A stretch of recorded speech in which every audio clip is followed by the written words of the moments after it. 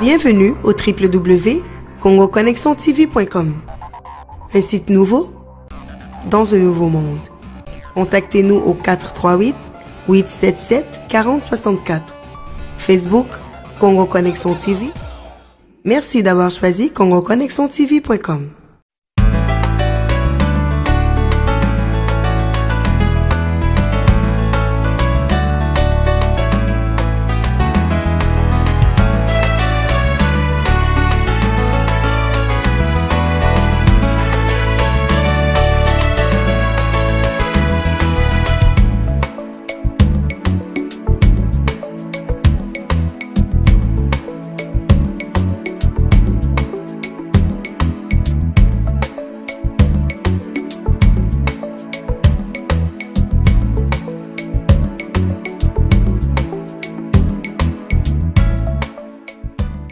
Mes chers profits hommes, profits dames, profits filles, profits gars, ainsi que tous les fidèles de www.congoconnexiontv.com, un site nouveau dans un nouveau monde. Encore et toujours avec les vôtres, le profit de Montréal, l'ambassadeur de la presse congolaise à l'Amérique du Nord qui vous salue partout où vous suivez cette émission. Aujourd'hui, j'ai un réel plaisir de vous présenter la propriétaire du resto bar Bébé Gou qui accueille plus de 500 personnes par semaine. C'est vraiment une femme qui valorise la culture congolaise, africaine, ici au Canada. Restez branchés, on se retrouve juste après. So yes, Naya Toyo Oya. Des belles nanas, j'arrive. Oh là là.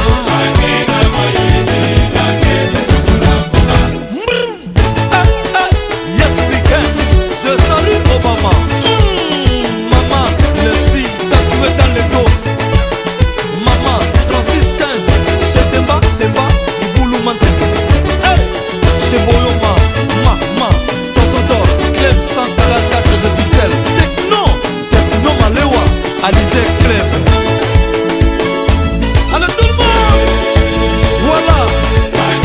Au Gabon, Kassi Club chez Christian Mankou. Maman, Yako Tumba, Yako Ita, Yako Kalina. Mwamba. Au Cameroun, les Ivoiriens, les Gabonais, les Capverdiens, Angola, Togo Brazza, les Béninois, le Centrafricain, Tanzania, Zambie, Kenya et toute l'Afrique.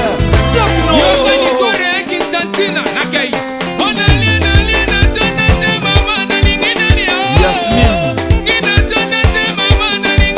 Just Kusaka,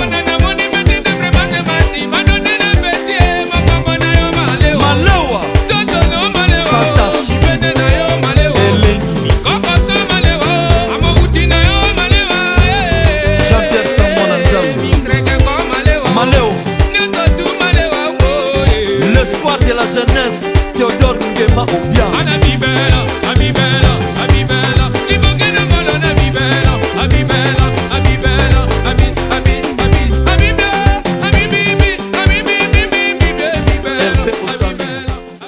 Merci beaucoup, Aimé qui dit moi, c'est confirmé l'homme qui réanime ce sont presque à la mort. Jerry Boloko, Claude Kibana, Salon Congo, sans oublier Jean-Paul Cachalé et pourquoi pas Oncle Benjamin, le planétaire, celui que j'appelle le ciel et la terre. Merci aussi à la personne qui dirige des caméras son, il s'appelle bien Ricardo du 80 à côté. Je suis avec Nadège, un des trois, la flaque que j'ai dans mon cœur. Nous sommes accueillis chez Lydie Kalema. Lydie Kalema va nous parler de beaucoup de choses. Lydie Kalema, bonne santé. Santé, ça va. Lydie Babi, oti Kinshasa, oye na mamebe na Kinshasa, est-ce que ne naza bien robanga to naza na bien? Te kobanga te zala bien. Naza bien. Lydie Kalema, ça fait longtemps devant la boy. Voyage les Guinéens. Ah, voyage l'équipe bien. Voyage l'équipe vraiment très bien. Tu passes ces jours mourra bien dans Mboka na biso Congo hein. Vous savez combien de temps? 5 semaines. 5 semaines. Vous dépensez trop. Comment tu dépenses? Mais tu lire un peu t'écoutes. Ah ouais? Non, yo qui n'est na ban. Tu es un grand garçon. Bah, je suis bâti pour la classe. Donc, il y a un salaire et tout. Tozongi. tozongi po toya kokuta mosala totiki 5 semaines kotika mosala eza ebele. Avant tout, moi, je belé au photo par rapport à la culture congolaise parce que je dis sans pour te flatter, mais c'est déjà connu de toute façon. Ce n'est plus dans l'actualité pour parler de la bonne cuisine africaine, congolaise en particulier à travers Bébé Bou. Tout le monde le sait que tu as une main magique. Et ça, là, que tu vas à la bonne santé. Si quelqu'un rentre à Bébé Bou le matin, le soir, tout le monde constate déjà qu'elle est à bonne santé. Tu es déjà. Alors, nous voulons savoir un peu. Babi, il dit, qui n'est pas anniversaire. Pour moi, je vais faire une photo. Je salue l'autorité morale Mobutu. L'autorité morale Mobutu Bill. A tenu une photo à Bibi surtout fêter né awa. Pour fêter né awa. Babi, ils ont tellement amené, il y a Abedachou, je crois. Tu as accueilli plus de 500 personnes au lycée Bango, au lycée Bango. Au salon Makas, pour l'anniversaire à la Montréal, ça s'est passé comment? Te kokazoa te. Kinshasa c'est ma réalité belle. C'est ma réalité belle et puis ezaki pe aja munene. Tala bon la caméra na boba mona poto na trois caméras. Ezaki pe age moko ya munene, on a totalisaki 45 ans. Donc il fallait que ezaka eloko moko ya propre ya mikolo. Ah bon? En tout cas, joyeux anniversaire, le rose à la gaieté. Merci. En tout cas, bon, tu bien qui déjà, mais la personne là pour ébiga, ce bamoni pour faire mon rappel. Bah tu veux passer la rappel jour, mais tu as kaka, tu as les joyeux anniversaire dit Kalema. Merci. Bébé goût. En tout cas, bienvenue encore au Québec. Tu as accueilli le sous-surprise à Diamboranayo, très bienvenue. Tu continues de dire Kalema. Juste après ton voyage, il s'est passé des choses. Bah, tu me souviens, trop, bébé Gouézé au Kangama, bébé Bou, boye, et tout ça, moi, bébé. Mais à travers cette émission, je crois qu'il faut expliquer vraiment la bateau. C'est la raison pour laquelle je suis venu ici pour parler de ça. Est-ce que bébé Bou, vous mettez Kangami, tout bébé Goundeli, mais nous voudrons d'abord savoir, non, fermer juste parenthèse, Lydie Kalema, est-ce que Kolamba na yo nous Kolamba voilà? C'est de la magie ou c'est la et c'est le mot pour nous sommes habitués au tiki nous aussi m'habitués pourtant on regarde au PC sur mon bébé goût colam man secret nous penait colam mais pour tout balia quand même moi aller penal légumes balia à bien ça dans ndaku et puis bon ce n'est plus vraiment le calcul à faire là comme le mot comme normal il ça du auto baxala qui c'est que ça tout osaka na nenge na auto tout ça tendait la même façon secret nous a gagné pour nous là. C'est écrit nange ezala nangoka na lingaka nanga musala ngo na lingaka nanga musala vraiment rolamba eza parmi misala penzo nga na lingaka eza musala liboso o nga na lingaka eza musala na lingaka mi kolamba fait na lingaka cuisine mingi o lingaka cuisine o bana na ba jeune pour la mona baba c'est la paiement pas c'est ça baba c'est musuji ba yemba moi mususu à coller pas il y a totalement si tu pas tel et puis bazonyo ko la yenjo ka bazo éduquer mais bana mususu bazo salaté les années que bazo raté éducation mais yo est au kola qui na façon jiba yembela que na konyo commander permettra oui bagolamba ou c'est juste que tu as la chance d'avoir une bonne mère qui t'a appris la bonne cuisine. Non eza na ngokutu konyo kwa mate mais eza ka eloko eza na kati ya makila mais na développé en depuis nazala mwana muke comme moni fille na ngai moko elle a 10 ans mais na 10 ans ebi kolamba moi biloko ebele donc ezeki biloko na koloba eza na kati ya makila bébé go azala kité mais batu moko mibale misatu baleki bakutaki mwana bébé go mutabanda ko jouer intérim ça veut dire que eza eloko moko bo eza na kati na biso quoi. Voilà, mesdames et messieurs, ce n'est pas parce que Lydie a d'ailleurs tamsou dans moi qu'on y a quoi mandé à moi permettre qui est les athées ceux qui pour la néni c'est juste parce que Lydie a eu aussi la chance et puis ils ont la bonne éducation parce que l'éducation fait partie de beaucoup de choses de les éducation des salariés que Lydie a eu au maman et puis azala o azalelo ACP Sarabiso Lydie Kalema mais d'autres qui ça ça boye il y a des ingrédients c'est quoi? Ingrédients c'est que ça rend route. Ingrédients ils sont tous baka à Montréal bisogno sauté. Pendant que babi lidio y na ba bicarbonate mo ya nenge no mo boye kaka. Bicarbonate ezalaka nde moko se. Bicarbonate totana Kinshasa ya kande moko. Biloko nyonso ata so na ye na ona Kinshasa ekosila so esili. Na osombaka oyo eza awa. Donc na ye na nga na épice moko te na Kinshasa. Épice ezaka awa na Kinshasa na okoyaka na mbiso ya kokauka po yango nde ezaka awa te mpona koka kolamba ba légumes na ngai. Mais épice tosombaka awa. Lydie quand même, bato mosusu babiki Lydie akokine Montréal te, akimi ne Montréal akende ofungolisa restaurant na Kini. Te ofungolisa restaurant na Kini eza projet. Nga bakaka bato balobi. Te bébé go akenda ene vacances. Travailler na travailler bane mois mingi o nazwaki pe repos te, nzoto ebongaka pe na mois repos. Tokende na biso ka repos kopema. Et si on a zongi, la paix moussana. Ok, aujourd'hui, c'est vrai, tu peux pas réclamer. Mais Lydie, avant que nous ayons savoir, Lydie, ça fait combien de temps vraiment Bébé Go existe? Je sais qu'il y a un peu de temps, pour Bébé Go, il y a Bobien, après Vio, Bébé Go. Et au Komana Bobien, côté 23e, 24e, après Bobien comme à l'Angélie. Et Bébé Go comme à l'Angélie. Ça fait combien de temps, surtout 5-6 ans sur toi là? Ça fait combien de temps on peut dire aujourd'hui? Bébé Go yango moko, na kombo Bébé Go et sali 3 ans. Bon, avec le petit à quartier, voilà. Bébé Go yango moko, 3 ans, et ça qui 3 ans comme le 1er avril 2020. Et petit à quartier, mon petit à quartier peut travailler, peut banner mon bâtiment, tu vas travailler sous 6 mois, 3 mois, donc je peux dire quelque chose de 5 ans.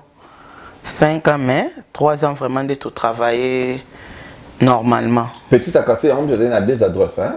Des adresses. Des adresses. Adresse Moko, ça fait 3 ans, oui. Ça fait 3 ans. Bon, là, ça fait 3 ans. Là, comment tu fonctionnes? Quelles sont les difficultés? Beaucoup de temps, ça fait 3 ans. Parce que les gens parlent beaucoup. Hein? Au moment où un profil, le pose à privilégier Bébé Go, yo soro yo kotati na cuisine, mais la penga mote, la penga petit na Dido, mobali il y a Diana, Nakine en tout cas, les jeunes couples, les jeunes mariés en tout cas, profiter de ce moment. Tu vas privilégier. C'est pour difficulté parce qu'il y a des gens qui réclament, il y a des gens qui parlent, il y a des gens, bon, il y en a aussi des gens qui parlent sans raison.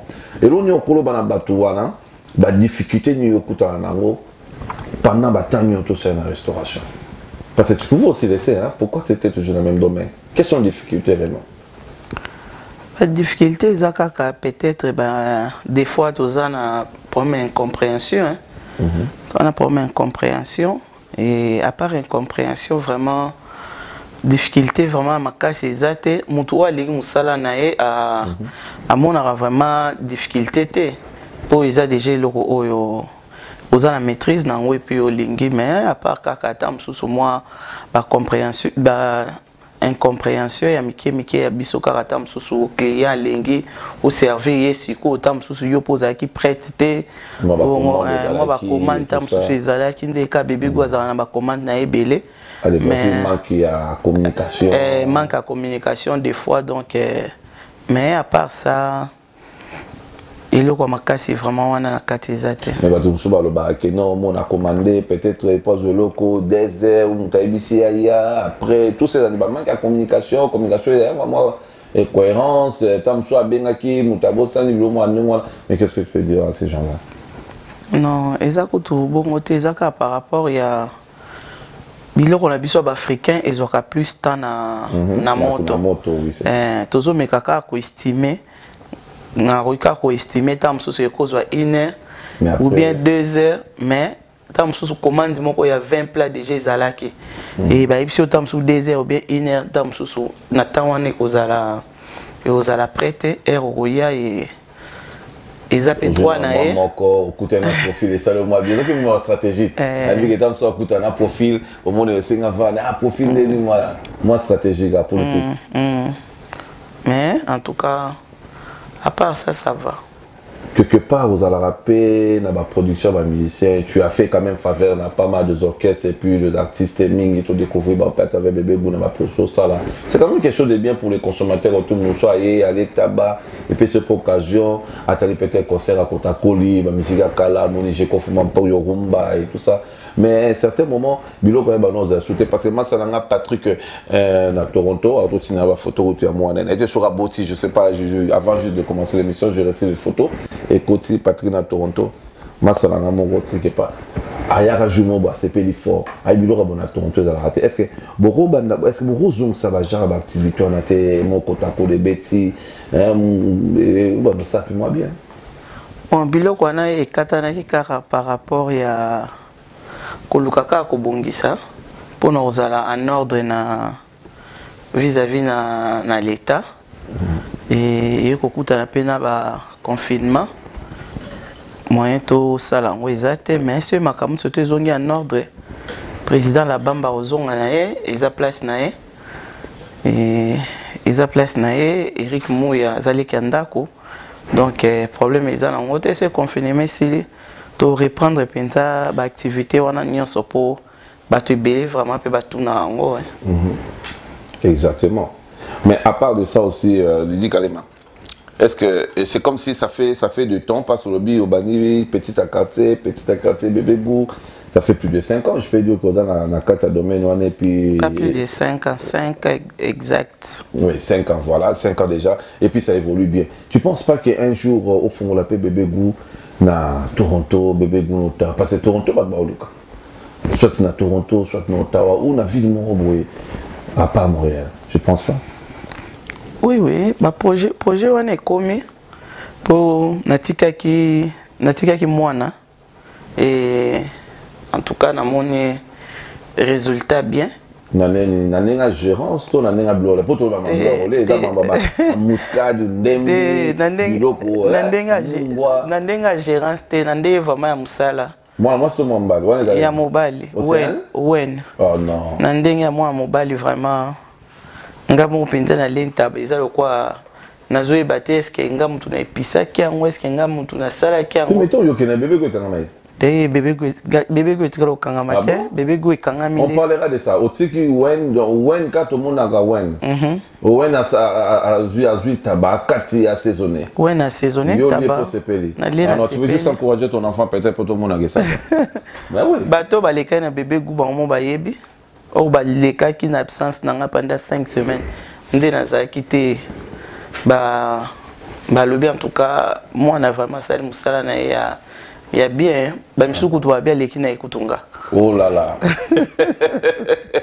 festation ouais netkali gaga etkali océan il doit c'est océan la somme donc maman dans makila soki vraiment lingi toloba année auto banda vraiment bana Toronto bazela bébé Gou bana Toronto bazela bébé Toronto nde makambo Toronto mbongo ezali donc Olivier Bolia Patrick Bozela m'a besoin à Toronto boluka local place à bien siko ne ba doit ba ke bébé Gou bon bébé Gou kangami yo le bien que wenya sali makambo depo yo zo ya tabana et pozo sepela espérer biso siko et va non fonctionner n'importe quoi bébé Gou kangami te bébé Gou ekangami te bébé Gou ekangama siko te bébé Gou ekangama na ozwa retraite bon ngam na 45 ans na ozwa retraite siko bébé Gou ezana bon so na tiki bébé Gou ko activité za lepeka ndemo te ba activité ko za ndemo te po musala nyoso so ekolo na ngwa za te et fonctionner ndemo te mais au moins ezaki polele sikondo yena bilo wa sikaboye ba bilo ko no simbi so pas tata na so pas maman na ngpe so na kingo toto so yuwapi au fond la so yo mo pino kota na terrain ka aujourd'hui na misuno assaisonné yo mezaka à partir à samedi prochain samedi si ce na bosanité ko ça va le donc c'est samedi ouais donc samedi prochain de na zongeli et toujours changer pe horaire na biso to bando banda sous 15h te to bando banda sous 13h à 22h toujours ba que service à livraison mais toujours réduire pour le moment toujours réduire dans bas jour to banda au banda mercredi mais siko toujours banda jeudi vendredi samedi dimanche donc de 13h à 22h de 13h à 22h tous les 4 jours tous les 4 jours plus service à livraison et emporter puis après to kende siko na ba plat lokwa ya ba ici oza na $15 na epé à cause de moi loso na ena moi donc on a moi innovation ndenge ngana lo bino akitsa ça ezaka ke ya ko musala nyeso le fait ozo sala ba idée peso ya ozo sala musala ba idée peso mais on joue na kin toi et mais au vendit au vandi na moi réflexion au vandi ko motala na sa nini on pona na ba accès suka moi $10 de plus pour nga lingana ngambongo Olingambo et puis olinga bien olingango pour misalwa ngambo na ndenga bien ce qu'il faut vendre tala na pour mantoki na botana pour na bakisa mbongo na sani donc ya osengi ke mutu munyoso ndane na $25 ya tabate donc mutu so ko zane na $10 na $15 na na moi besoin loso na yo bien moi likemba na ni vite fait donc au vaccin sous bateau bazana moyen mingité wana zo bana jeudi oyo ou bien to zelango samedi tant yo mozo zonga na solo et puis l'autre semaine de te répondre ba innovation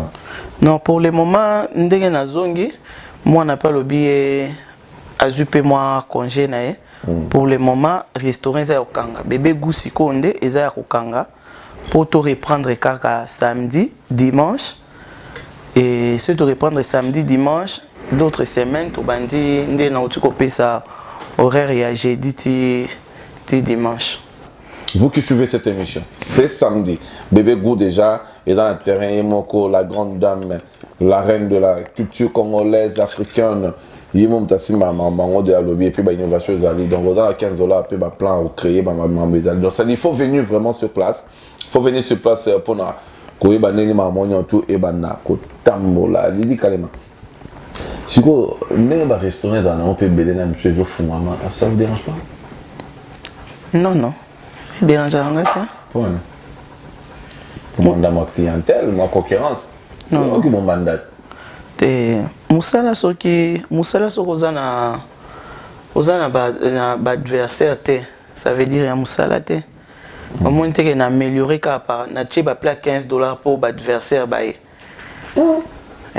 faut musala ba. Non, on a raison, l'homme peut aller parce que vu que yo so pesa déjà au pesa déjà place non na congolais. Na pesa place na bandeko na biso. Mais c'est fort hein. Et puis même domaine. Donc yo dans un restaurant au place à monene mais au tiki peka la place na congolais. Mais mutu azana donc on comprend pourquoi banga no ba adversaire. Non non. Mutu mtana musana yete. Oko fungona no restaurant fungoli no kaka po au sepeli no tam susu mon bébé goazo fonctionner au binga pena fonctionner. Mais tam susu au tika na ona nzela po eza musana note. Ya lokwa lelonga na ko kena ko na loba o na komi infirmière na koka ngote o koka na ngote te na koka te po ya musana ngata ta na tangi na ngona classe na suka nango na otika po eza musana ngate mais le quoi restaurant na kangimi sota na lali donc na ebeloni na osala tant il y a quand la restauration à Montréal na communauté congolaise il y avait d'autres restaurants omi tuna te que soit nzela mais aussi mato esimba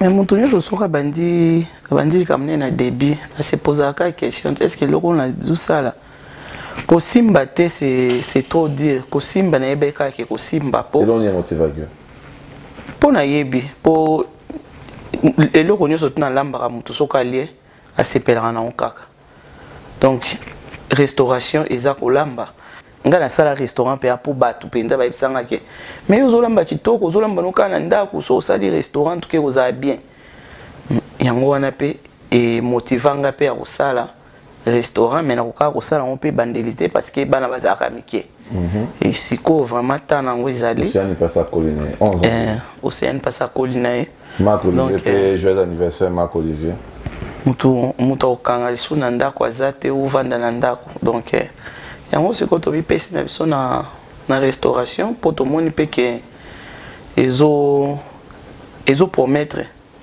boso mi penda okite au place to ina repentir ndako eza nango volontaire motu te ndako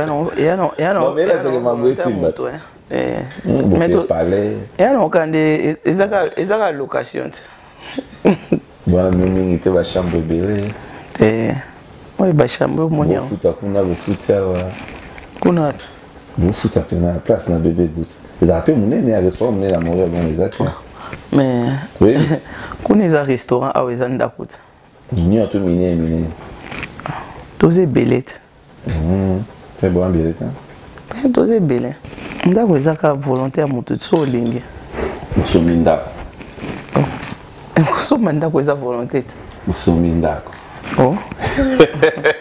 yo mpe na nadege se bolingi na bino Fille de VIP, Tozelagio, Yete, Alino, et puis tout le monde, voilà, nous sommes en train de continuer dans le message. Je suis avec Lydie Kalema, la propriétaire du Resto Bar Bébé Gou, comme je disais, Resto Bar Bébé Gou, qui accueille plus de 500 Congolais, Africains, je peux dire, par semaine. Parce que Alam Marabi, à ça, bien Lydie, tu sais que trop, les gens me dérangent. Parce que Babylone, autour de la Serabino, na tchaka pe numéro na ngai mais ba numéro mi bo pesa na pe moi ezala moi ma voanga ndenge dido chimale alo baramingi moi ma voangi ici ba to benga ngai motro ngam na koma na pesa moi na benga ba commande tout ça tout le temps est-ce que vous pesa numéro bien te pour ngape na se débarrasser na makambo parce que je suis tanné numéro nini ba ro benga po ba zo Bébé Gou en tout cas je vais afficher ça ba numéro nyonso Bébé Gou ezaka e fonctionne kaka yango wana toza na deux numéros fixe na biso ya Bébé Gou ezaka 514 eza préfixe na ya biso à Montréal et 255 30 03 on a un numéro il y a fixe à Bébé Gou donc si vous appelez na air et ouverture donc c'est sûr que vous allez répondre bino avec respect service à clientèle impeccable. Deuxième numéro, ils portable 438 887 25 14. Donc, comme vers la fin, nous voulons savoir, au lobby, le 25, donc c'est samedi, Madame Tejona, na Makambwasika, na Bébé Gou. Et là, on a loba. Na batuni surtout balinga Bébé Gou batutu ke basala ke Didi azala ba client nous surtout o bazala ka cher pour na yo pour bango baza ba roi na yo elo nyoko pesa bango message na mit o basala ke yo zala o yo zali o yo pour sala ke bango bazala bien en santé nazo remercier ka bango kandengo toloba c'est grâce na bango de Bébé Gou azali et va continuer à soutenir Bébé Gou pour soutenir na bangonde ko sala ke Bébé Gou a kende toujours en avant ndé to komi na projet à Toronto ça veut dire que ceux qui toujours kende en avant to kende pe na Ottawa pourquoi pas na Kinshasa ici Kamboka na biso na dai na version na loba kimi ta to kimi ngala betika masolo ya Toronto na Ottawa yo kimi au moins c'est que dans ba projet Rotana za libanais le robeta moi Rotana biso pe to ko sa ta moi Rotana na ndenge jour côté anniversaire na Rotana ba tout ba lobby mais do c'est l'anniversaire na Rotana ba di peso maman boula Rotana ra mutu Rotana pe ga mutu nga ko tout tam suna sali na Canada tam su Rotana pe na Canada ko kanete donc quels sont les projets dans Toronto, Ottawa et tout par rapport à soutien na bango soutien na bango ndeko eko faire avancer biso et bolemba Bébé Gouté pour binonde bozo sala Bébé Gou azala et s'occuper makamaro ya ko lobezali les apé problème té critique na bino ndezo sala pe biso peto e ba ko améliorer musala na ko kyo ye ba ko lamba mais tam susu na yebi makamu nyonso te et nazo remercier ka bino nazaka ndeko na bino mwasi naza yaya naza mama naza leki Et vous continuez à soutenir bino vraiment de na ngo besoin makasi.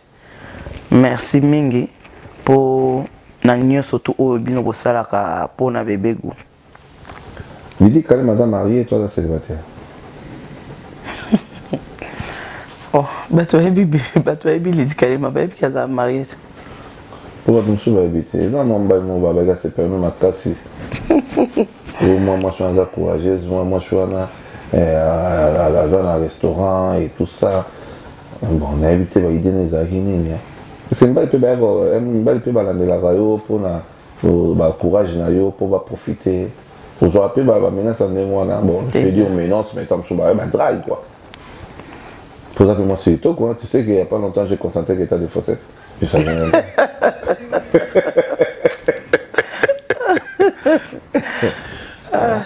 En plus, vous avez le cas numéro 5. À l'instant même, je constate encore que vous dans la boulevard Pinef. Naza moi si mais na pesa occasion na te. Badraga quoi hein? Te badraga te ba yebi ke ba te be ba kana bébé go na ba yebi. Muta wo ye ba ne pe maïga. Te wana manque de respect. Sauf que yo moko se respecter tende muta. Mais ben poli ba na bona bolingo. C'est quoi bolingo dans respect? Te bolingo za bunyamas. Bon, là, pena que Moutaïbi, pena que Lydie, pena Bohemé, Ariane. Arrête de me regarder. Qu'est-ce que je peux dire à tous les téléspectateurs qui nous suivent à toi? Non, Lydia est mariée. Lydia est mariée. Mariée dans l'année. Non, mobile dans l'année. Mobile dans l'année. Oh, mobile dans l'année. Je ne sais pas bête. Moi, mobile dans l'année. Oh, mais je ne sais pas. Oh. Non, mobile dans l'année, Richard. Nalinga na si émission na sa kana ka se yo mo toucher nga profiter au biti masolo va vina nga na te mais na zongi na meka ki okana ka se mto balanga te mais nino zo ka te émission boy solo bataille mobile na nga te comme on est tellement depuis to bane émission mais depuis que on a commencé l'émission je ne même pas citer le nom de Papito mais et puis Michel Ingisi la kana ndengwa no lobi pe lo monter là il a piège to lo makamba restaurant est-ce que to na ba ki vina yo et puis na restaurant ba to ba yeba moi na mi ke ba to ba déranger à Lydie yo lobi oui ba tu peux pas déranger à ngai mais c'est ça na lobi naza moi si ba koki pe o déranger nga mais ba zo occasion ana te occasion na ba zo raté pour nazara na Lydie célibataire ou Lydie mère monoparentale ou Lydie mariée? Lydie mariée. Lydie mariée, mère de beaucoup d'enfants. Avec qui? Avec monsieur Richard Ikolomba. Ikolomba. Papito, ABC. ABC. Boga Mboka.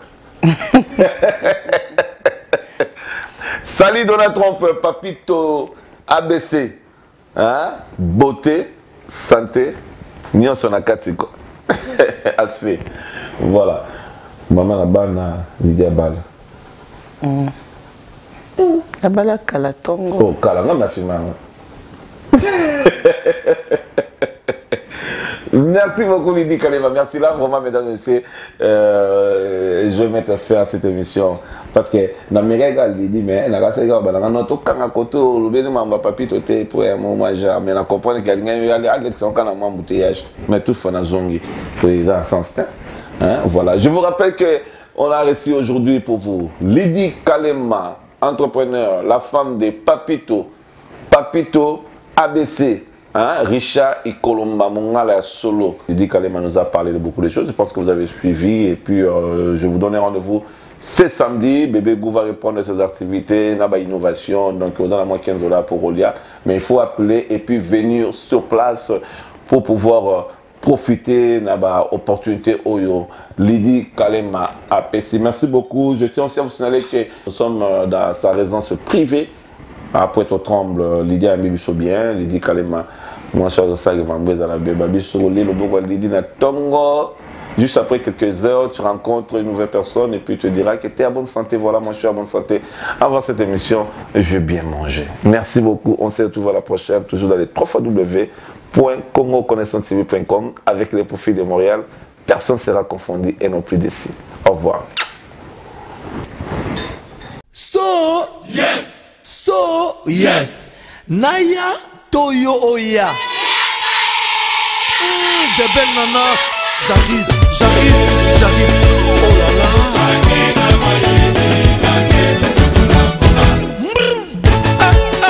Yes we can. Je salue Obama. Maman.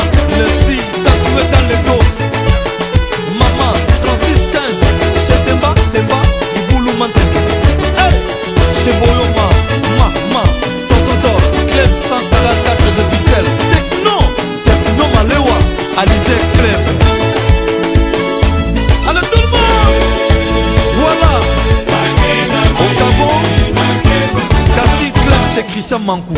Mamae, Yako Tumba, Yako Ita, Yako Kalika.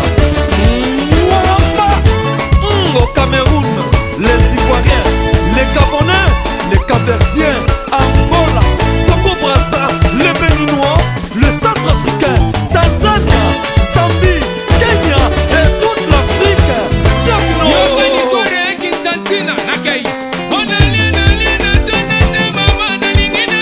Yasmine, Jos Kusaka, Malewa, Santachi, Eleni, Jean-Pierre Samona Nzambe, Maléo, l'espoir de la jeunesse, Théodore Ngema Obia.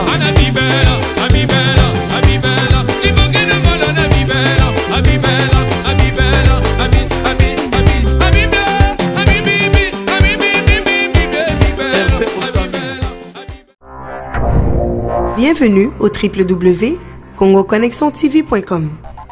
Un site nouveau dans un nouveau monde. Contactez-nous au 438 877 4064. Facebook Congo Connexion TV. Merci d'avoir choisi congoconnexiontv.com.